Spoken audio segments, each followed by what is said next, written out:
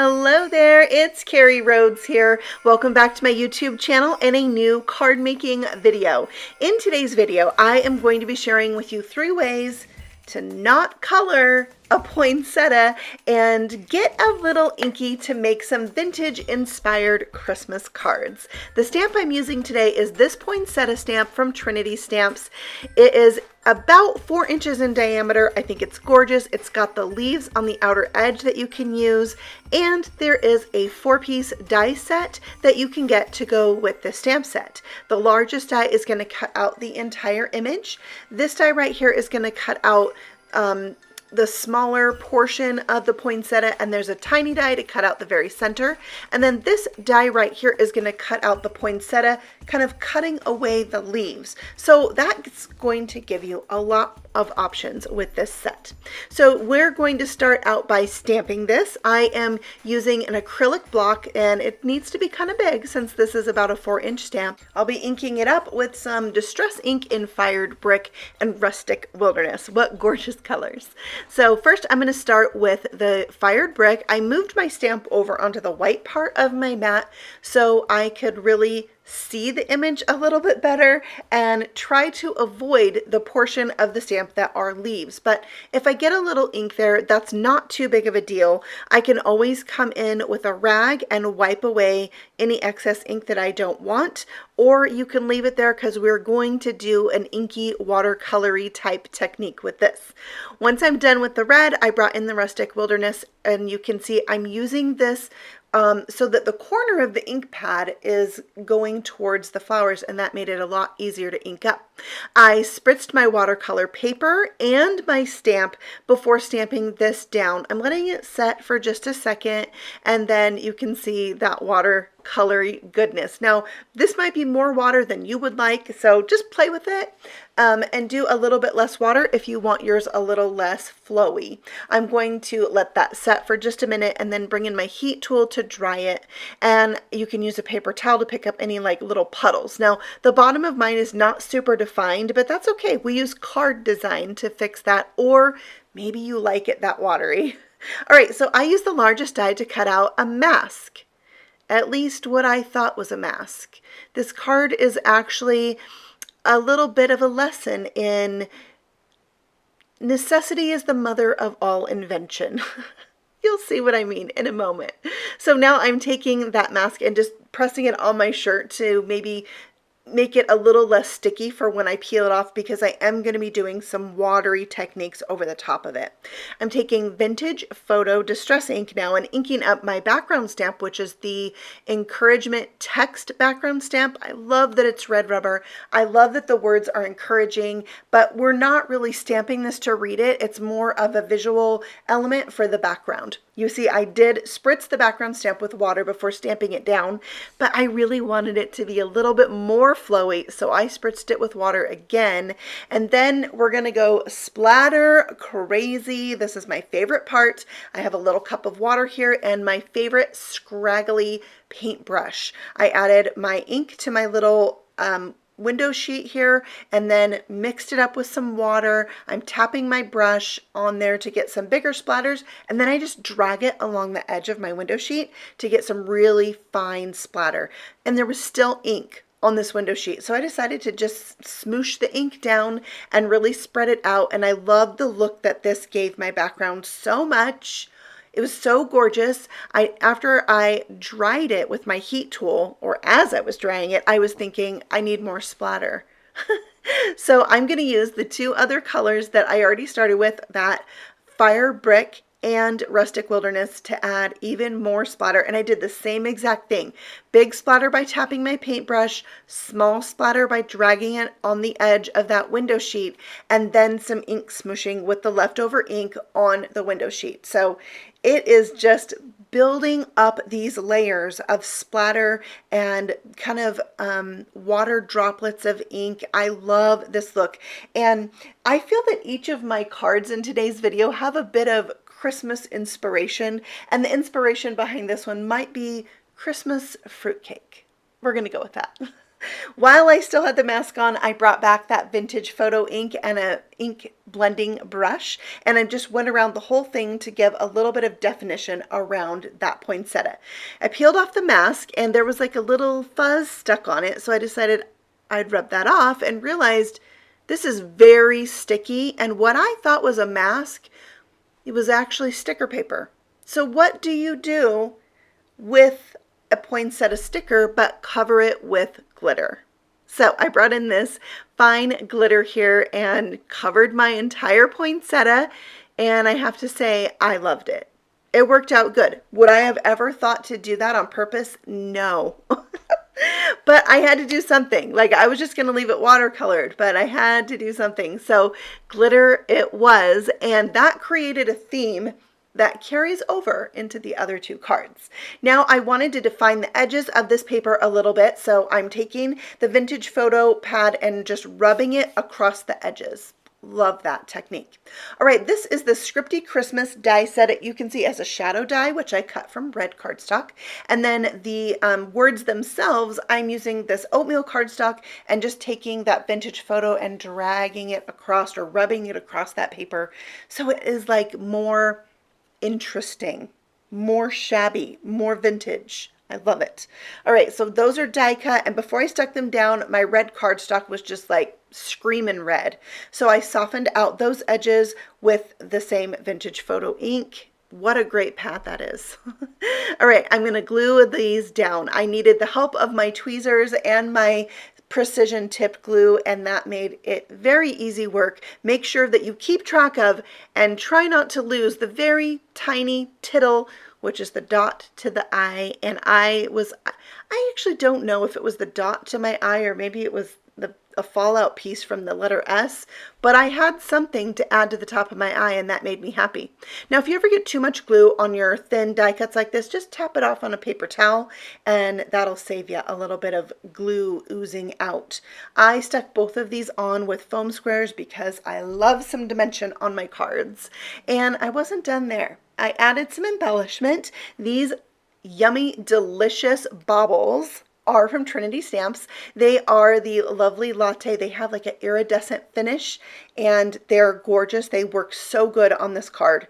Now for the card base itself, I wanted to add a little bit of color. So I'm using a sponge. This is like stamping technique from 27 years ago. Sponging the edge of your card. But what I like about it is it's going to give the edge a little darker color, and then the color fades out as it moves in, and it just makes for a more vintage feel to this card. The white's not so white.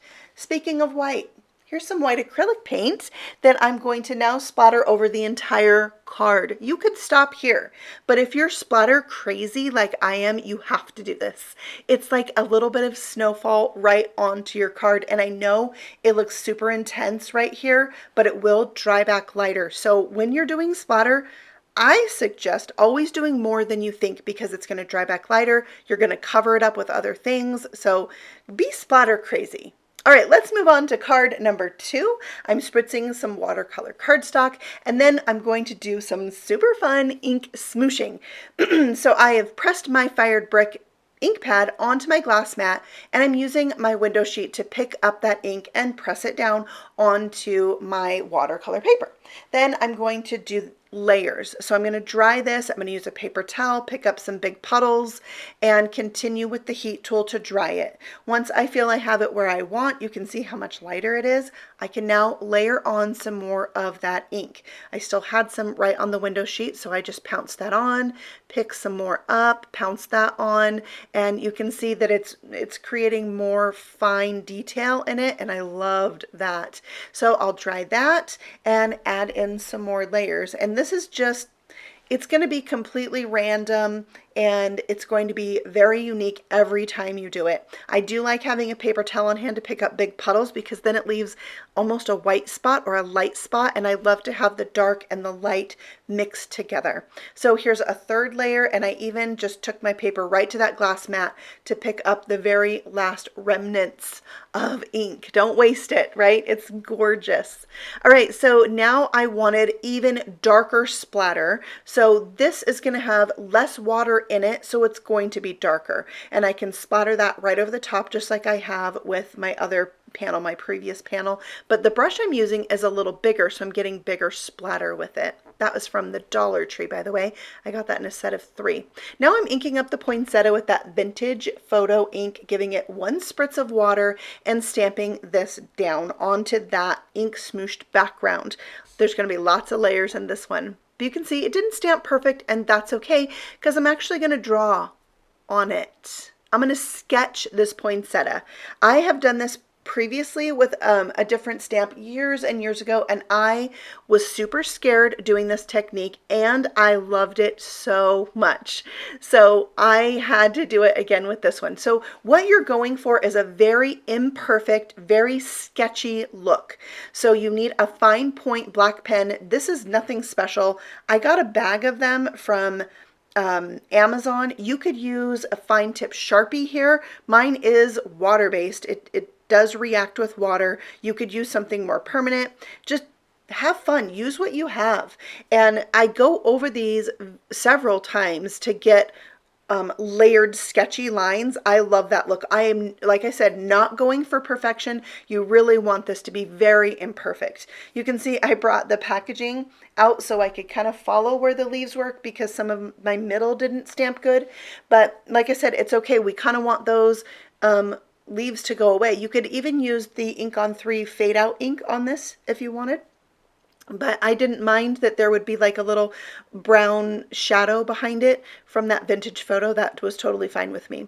So you can see I'm just continuing to sketch over and over these lines, getting them darker. And here's where I decided I didn't want to have leaves. I wanted this whole thing to be a poinsettia. So I just added some veins to the lines down the center of what would be the leaves to create a more full poinsettia. So another great and unique way to use this lovely stamp. I love this image. I love poinsettias, and I love having a really good poinsettia stamp and die in my collection. So I had so much fun with this, but you know, you really could color this out. If you're like a Copic colorer, do that. This image looks so beautiful like that. But there you can see my sketchy lines. They're not perfect, but there's beauty in that. So I love it. Let's continue to layer things up. This time I made sure my paper was actually masking paper. I did get some of the tackiness off by sticking it to my clothes, and then you just want to rotate this around until you find where it lines up, and then we can do some stamping. So I'm taking that same background stamp. This time I inked it up with some black soot, and I did spritz it with water a few times before stamping it down on this background. So this one is super watery looking already because I sprayed it with water more than one time before stamping it down.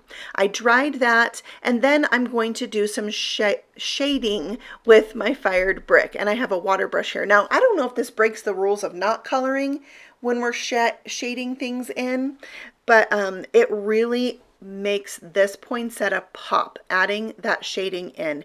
And so you can do it, you don't have to do it. And also, one thing I didn't really show on camera is after I added this shadowing, some of the lines were a little bit too crisp. Like the edge of the watercolored line was too straight, and I wanted it more flowy. So after it dried, I went in with my water brush and no color and just softened out the lines that I created. I also did just a little swipe of my brush down the center of the leaves for more shading and shadowing, and oh, look how that pops. It's so pretty. So pretty. All right, so now onto the black soot, adding some water to that to watercolor around and add a shadow. Again, this is going to make it pop, and we're just layering up. This is one single sheet of paper. That's impressive to me. I'm not one for doing, you know, you create a scene with like little critters and you're going to mask them off and you're going to make them be standing in front of a barn or something like that. That's hard to me. But once I started creating cards like this, whoa, I just couldn't stop. I loved it so much.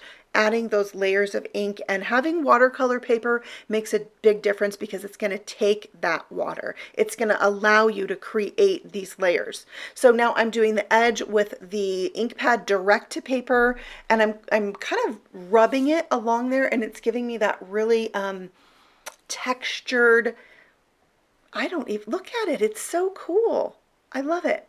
All right, so let's do some white splatter. I got kind of a lot of water in this, and this one is going to dry back very light. Now, the white acrylic paint I have is from the Dollar Tree, so I bet if you had higher quality paint, it wouldn't dry back so much lighter. Probably this girl needs to get some distress paint. The distress paint, that's what I need. All right, so these are getting popped up onto the card with foam squares. I did a black shadow with white letters, but again, I wanted to add a little something to that black so it wasn't, you know, so stark. I don't even know if that's the right word. It's so crisp. So I just took a white colored pencil and I'm really using a light hand to add a little bit of color on there, and it kind of gives it like a chalkboard look. So good, so good. So I'm going to hold that up so you can really see it, and that just brings it down a notch, which helps it feel more vintage. Now, here's where I went crazy. I brought in some glaze and my black mica flakes. A lot of the things I'm using today are from that holiday release from Tim Holtz. So if these aren't available, you can use black glitter here. Just the sky's the limit. Some like flocking would be really cute. But this card, if it was inspired by something at Christmas, I would say it's inspired by the Christmas fireplace. Like, this reminds me of coal. Not that you want to be reminded of coal at Christmas because that means you've been naughty, but this just has kind of that, kind of dirty black soot.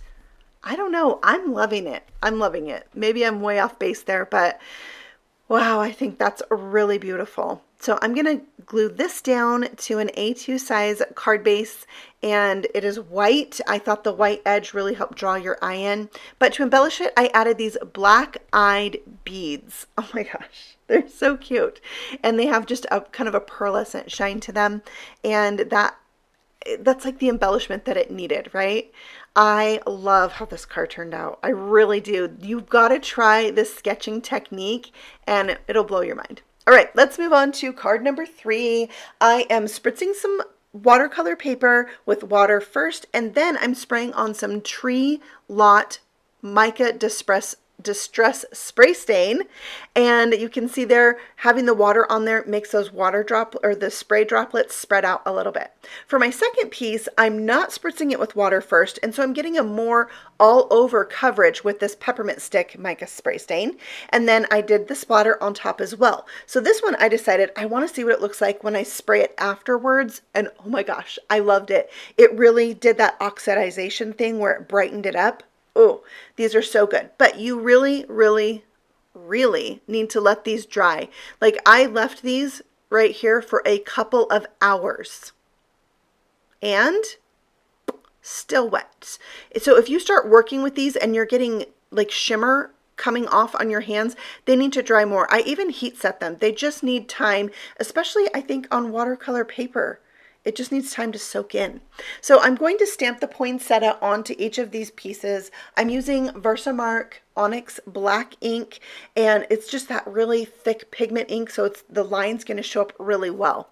But you do need to stamp it more than one time because you're going over mica and you're on watercolor paper, which is a little bit textured. So once that's done, I did heat set these to make the ink permanent and let them continue to sit. And then you can see I stamped the red one down a little bit on the paper. That's so I could stamp it a second time and get just that centerpiece, that medium-sized die is going to cut out because I want to layer up this poinsettia. For the very center, I use some flickering candle distress mica spray stain, and I'm going to turn the paper upside down and press that onto my stamp to get those little round circular centerpieces. So good. Once those were all dry, I brought in the die set to die cut out all of these pieces so I could layer them up. So this one cuts out the entire image, and then there's that one cutting out just those, it's kind of a cluster of 4, and then the teeny tiny centerpiece. It's kind of hard to see on this one what you're cutting out. I didn't get mine perfect, but it worked. Now this one's going to cut out just the poinsettia, cutting away the leaves. I love that. I love that they had a die for that. Once those are die cut out, look how cute.